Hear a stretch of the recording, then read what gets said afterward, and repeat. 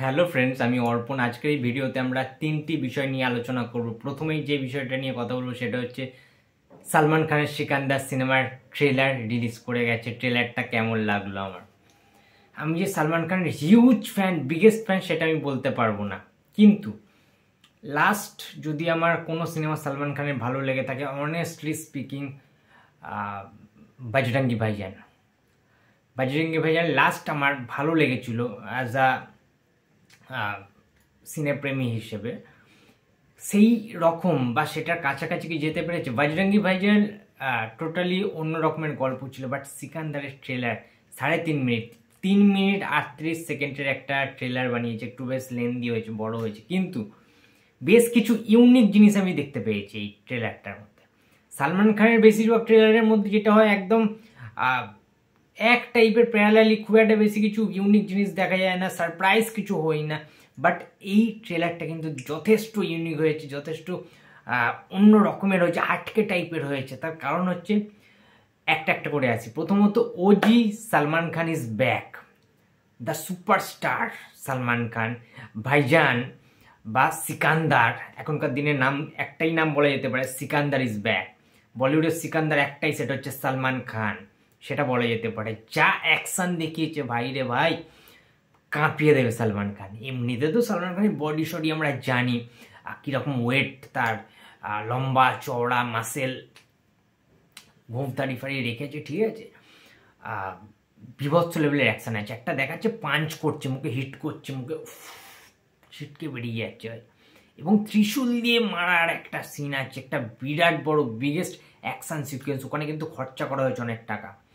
একসাথে একটা টিম বানাবে, একটা গ্যাংস্টার টাইপের হবে, তারা মিলে একসাথে ভিলেনদেরকে কিন্তু পুরো ত্রিশূল দিয়ে পুরো ঘিতে দেবে। ওই টাইমটা তোমাদের একটু মনে হতে পারে সালার সিনেমার সময় প্রভাস যে কাজটা করেছিল, ওরকম কিছুটা মিল থাকলেও থাকতে পারে, কিন্তু এইটা অন্য লেভেলের সালমান খানকে কিন্তু আমরা দেখতে পেয়েছি।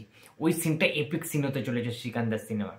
এবং মাঝখানে গানগুলোকে রাখা হয়েছে। গানগুলো তো ঈদে রিলিজ, তো ভাই সালমান খানের সিনেমা ঈদে মানে ধামাকেদার কিছু গান আছে। ঈদের কিছু আইটেম সং থাকবে, রোমান্টিক সং থাকবে, এবং রেশমিকা মান্দানার সাথে যে কেমিস্ট্রিটা সালমান খানের লাগ যায় গায়ে, ওই গানটা কিছু কিছু একটা করে লাইন গাইছে আর একটা করে অ্যাকশন সিকোয়েন্স হচ্ছে। মানে কিভাবে কাট করা হয়েছে, এডিট করা হয়েছে ট্রেলারটা, মানে কিছু বলার নেই। জাস্ট এইরকম লেভেলের কমার্শিয়াল সিনেমা। যে থিমটা রাখা হয়েছে সিকান্দারের ট্রেলারটা, গোটা থিমটা জুড়ে আমার সুলতান টাইপের একটা থিম লেগেছে। যে কালার, যে গ্রেড, যে শেডসটা দেওয়া হয়েছে সেইখানে, দুর্দান্ত লেগেছে আমার কিন্তু সিকান্দারের ট্রেলারটা। মানে মজা এসে গেছে ভাই, ঠিক আছে। এবং শিওর শর্ট সিকান্দার ব্লকবাস্টার করবেই, ঠিক আছে। অনেক রেকর্ড কিন্তু ভাঙতে চলেছে সালমান খানের এই সিকান্দার, যেহেতু ঈদে আসছে।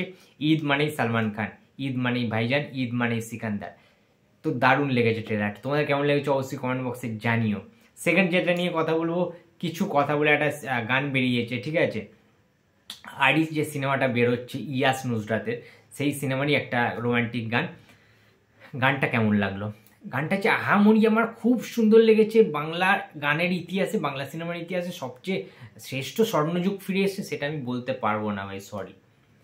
গানটা মোটামুটি নর্মাল লেগেছে আমার, খুব একটা বেশি ভালো লাগেনি, খুবই স্লো। গানের লিরিক্সগুলো যে বিশাল কিছু আহামরি সেটা না, বাট তাদের অ্যাক্টিংও যে আহামরি, খুব স্লাইট কিছু মধ্যবিত্ত পরিবারের যে দুটো ছেলে মেয়ের মধ্যে একটা প্রেম, একটা নর্মালি একটা দেখানো হয়েছে, ভালোবাসার একটা সম্পর্ক। যেহেতু সম্পর্কের সিনেমা, খুব একটা যে হাটকে একদম রোম্যান্টিক কিছু ট্র্যাক থাকবে বা সেরম থাকবে, বা জিৎ গাঙ্গুলির ফ্লেভার থাকবে, সেটা কিন্তু নয়, ঠিক আছে। তো অতটাও আমার ভালো লাগেনি, মোটামুটি ওকে গান লেগেছে। তো যাই হোক, আরও একটা ফ্লপ আসছে ইয়াস নুসরাতের। থার্ড যেটা নিয়ে কথা বলবো সেটা হচ্ছে মেগাস্টার সাকিব খানের বরবাদ সিনেমার নিউ পোস্টার নিয়ে। দুর্ধর্ষ হয়েছে পোস্টারটা। মেগাস্টার সাকিব খান ফ্রন্টে রয়েছে, মিডলে রয়েছে সাইলেন্ট, ওই যে ব্যাপারটা সাইলেন্ট, ওইরকমভাবে চোখ বড় বড় করে যখন বলছে না, মানে ওইটা পোস্টারে দেওয়া রয়েছে এরকমভাবে। দারুণ লাগছে মেগাস্টার সাকিব খানকে। এবং পাশে দেখতে পাচ্ছি যিশু সেনগুপ্তর, বড় বড় চুলওয়ালা যিশু সেনগুপ্ত, একটা অন্যরকম এক্সপ্রেশনে তাকিয়ে রয়েছে।